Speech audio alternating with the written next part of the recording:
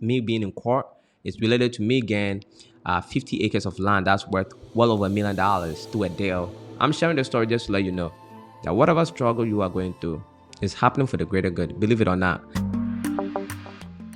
I moved to Ghana in the year 2021, May, to pursue my dreams. And before I moved here, I had to give up a lot, right? Which I've not shared on this channel. I know if you are moving from America, UK, wherever you are coming from, moving to Africa, you are basically giving up a lot sometimes, right? Like your job or whatever. You are sacrificing something to come down here. Maybe you want your peace of mind. Maybe you have a business idea. We all come down here for various reasons. And I came down here to pursue my dreams as far as like opening businesses and stuff like that. The journey was really long. Like, how did I get here, right? And we're gonna get into all of that and the stuff that I had to sacrifice along the way to get here. Well, I had a strong urge, right? Like a calling, as you will, to come back to Ghana, right?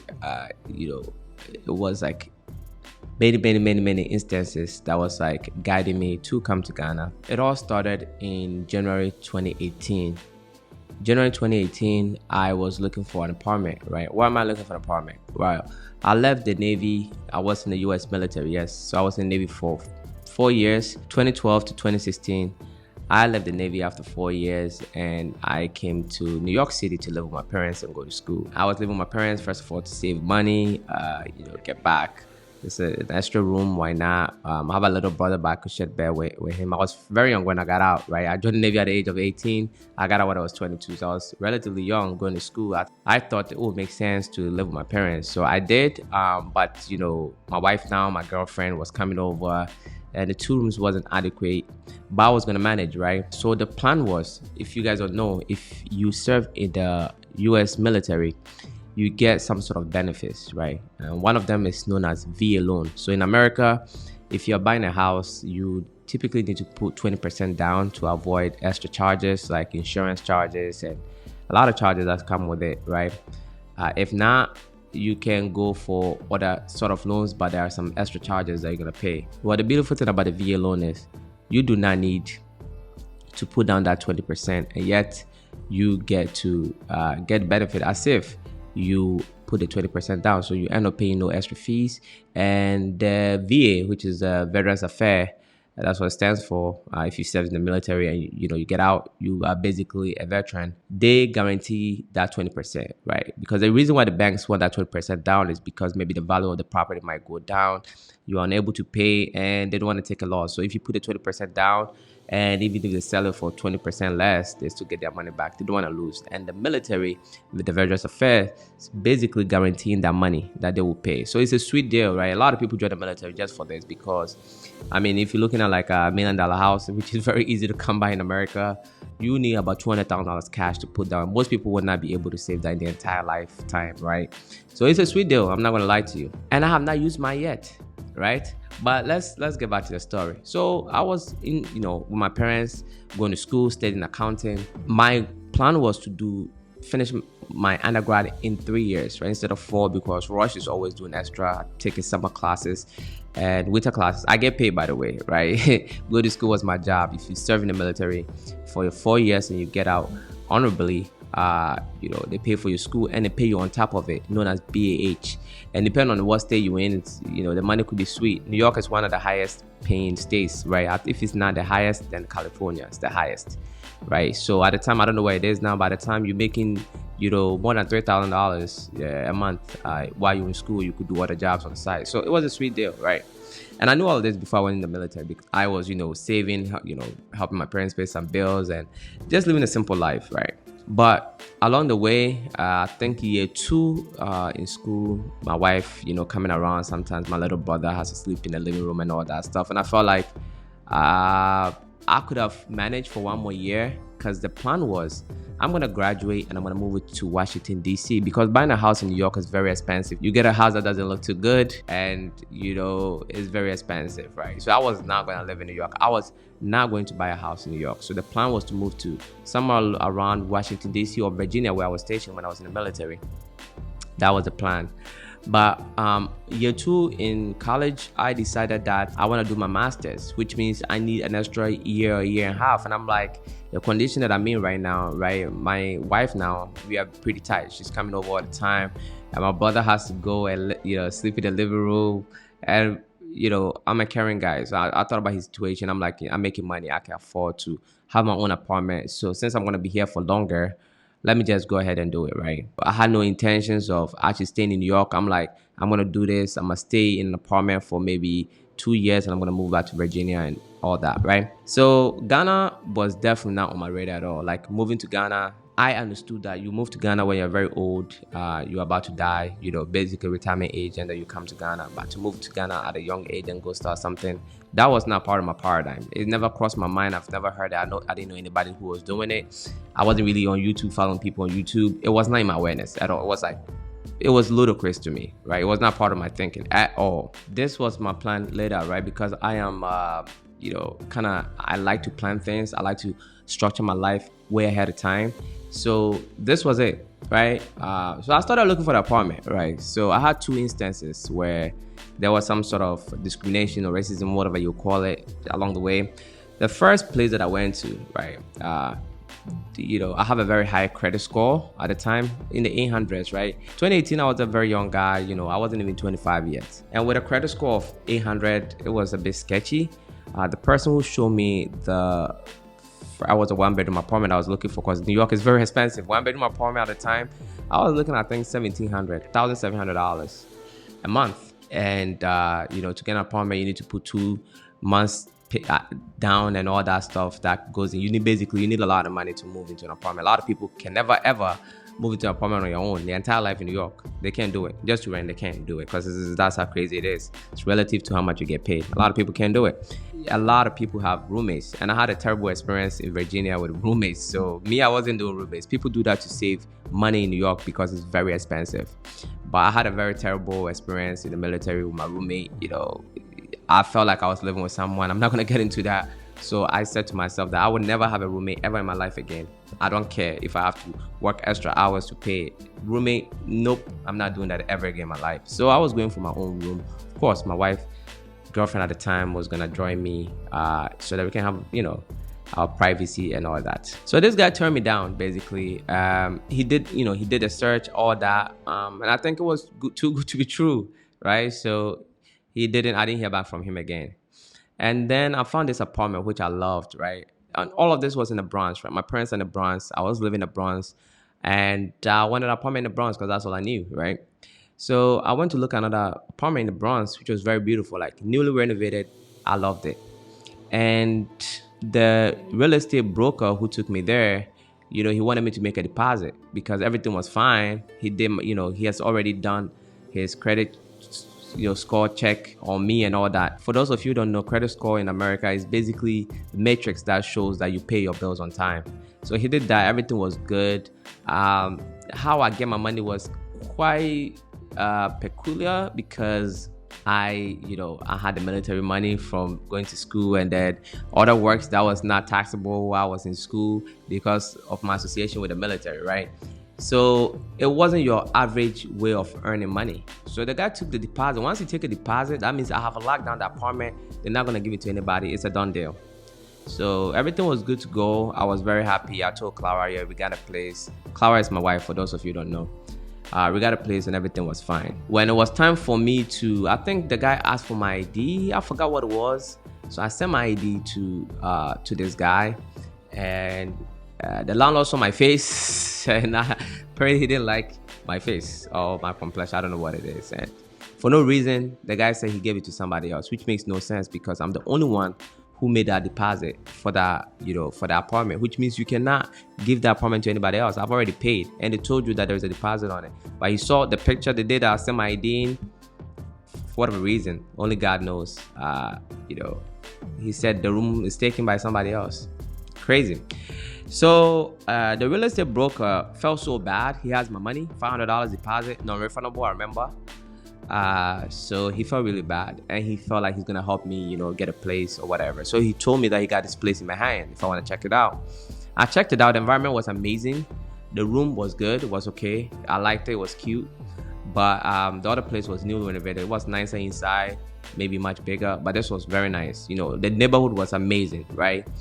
And that's how I ended up in Manhattan. I ended up in Manhattan because of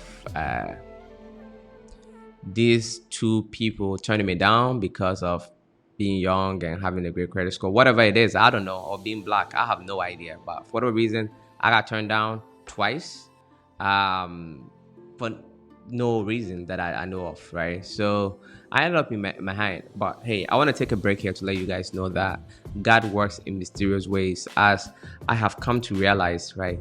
All the difficulties that you go through, no matter what, God is really, it's a detour. God is really guiding you to a better place. And I found that out time and time again, right? So I ended up in Manhattan. I started going to the gym. I'm a gym guy, as you can tell. I'm actually just coming from the gym, right? So I have my gym clothes on. I found a gym, and it was like a mile away. I like to walk to the gym. I don't want to drive, because looking for parking in New York it's another story for another day. So I like to walk to the gym, or jog to the gym, which I love. It's good for you in the morning. Walk back and forth is really good for your brain. If you're not doing those, you should incorporate that in your life. Well, while I was going to the gym, I met a guy who became a very good friend of mine, who had significant impact on my way of thinking and the way of looking at things. Took on a lot of habits, such as reading books on my spare time and a whole bunch of stuff. And he brought the idea of Ghana to me, right? And we're gonna get into that. So I want to take this break to let you know that God was guiding me, right? If I would have ended up in any of the two apartments in the Bronx, I would not be in Ghana making videos, helping you guys buy land. It wouldn't have happened. And I thought, I know what's going on, but that's not the case. God always has a plan for you. He knows the destination, but you don't, right? And when things are going wrong, things are not going your way, we get tight about it. We are mad about it, and we are down about it.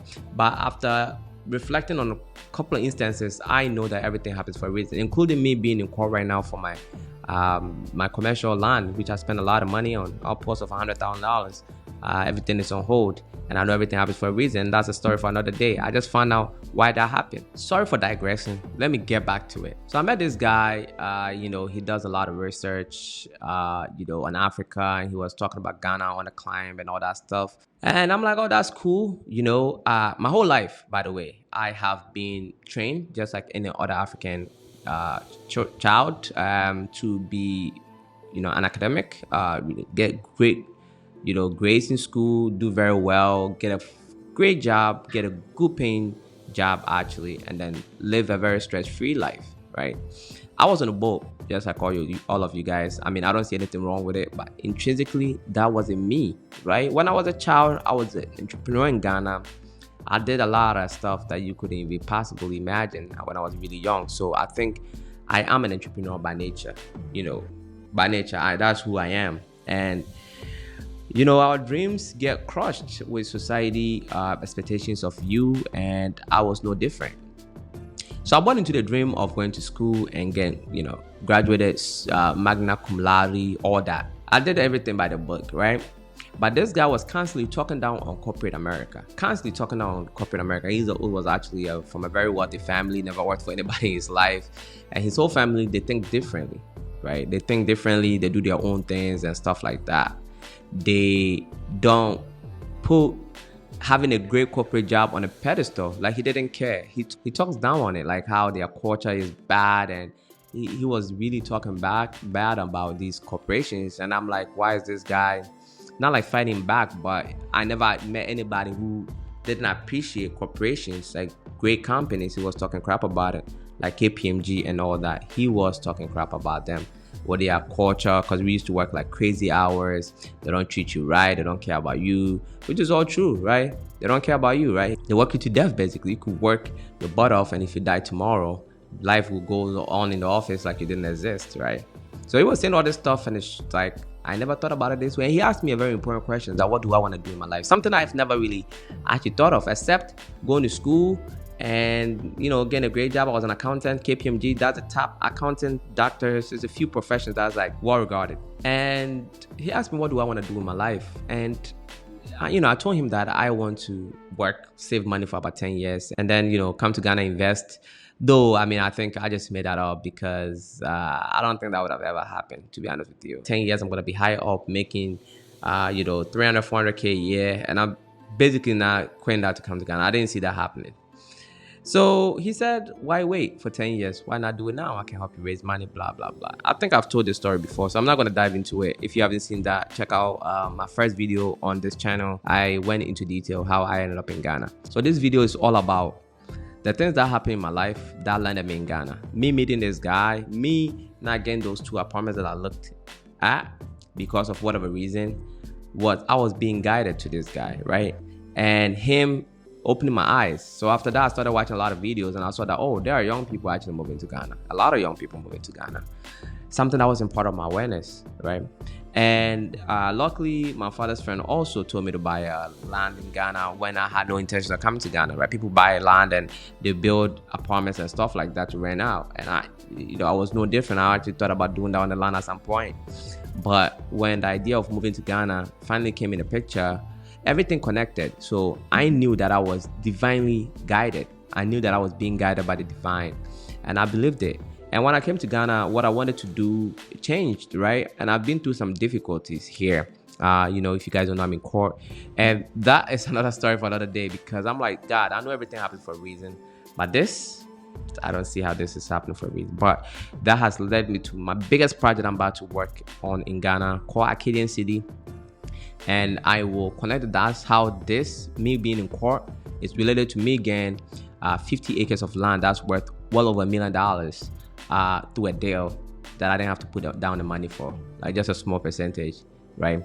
And I've been working with these families. It's all because this guy had to take me to court to meet these families to do it. Oh, I said I gave up a lot to come here and I didn't really mention it. Usually in America, you have to work for a corporation or something to get a free health and dental. I have it. Because of my military background and certain stuff that I'm not going to get into, I have free health benefits, which I still have to this day. I pay a very small amount, less than $30 a month, free health benefit and dental for me and my wife and all my kids, right? So though I'm in Ghana, I can still get it. If it's emergency, something expensive, I can fly and go do it. But I give that up. I pay, if I go to the doctor here, I have to pay, right? I give that up. And healthcare, you guys know, is expensive. I had that for free for all my family members, immediate family. I give that up to come to Ghana. I give up the idea of VA loan. Though I might use it later when the housing market crashed in America. I will go back and exercise that 20% free and buy some cheap houses and use it for an investment. But for now, I could have gotten a beautiful house, put nothing down, and live that's the American dream. I give that up to come to Ghana. I remember when I was building this house, when I didn't know where to get the money from, I actually called the VA loan if I could use the money for Ghana, and they told me no, they only use it in America. So I didn't use any loan for the house. It came out of my pocket, and that's a beautiful thing too. While I was pursuing building this house, I became a different man. I became very strong mentally. I became financially savvy, and I was able to push through to make money that I could have never thought of. That was like 25 years savings. I was able to do that in a year. So God is amazing. I'm sharing this story just to let you know that whatever struggle you are going through is happening for the greater good. Believe it or not, because that has been my life. Only if you reflect. Go back in life and reflect on it, right? Reflect on it. You see that every bad thing that happened was actually happening for a reason. So we just have to believe. And now I'm here. I'm on phase. Whatever happens, I know it's happening for a reason. And that's the encouragement I have for you guys. This is the detour of my life. This is how I ended up in Ghana. It was never orchestrated. It was never planned. It was a series of actions that landed me here. If you've not subscribed to the channel already, kindly do so. Like the video as it helps with the algorithm. Comment and let me know what you think. And until next time, my friends, be legendary. Peace.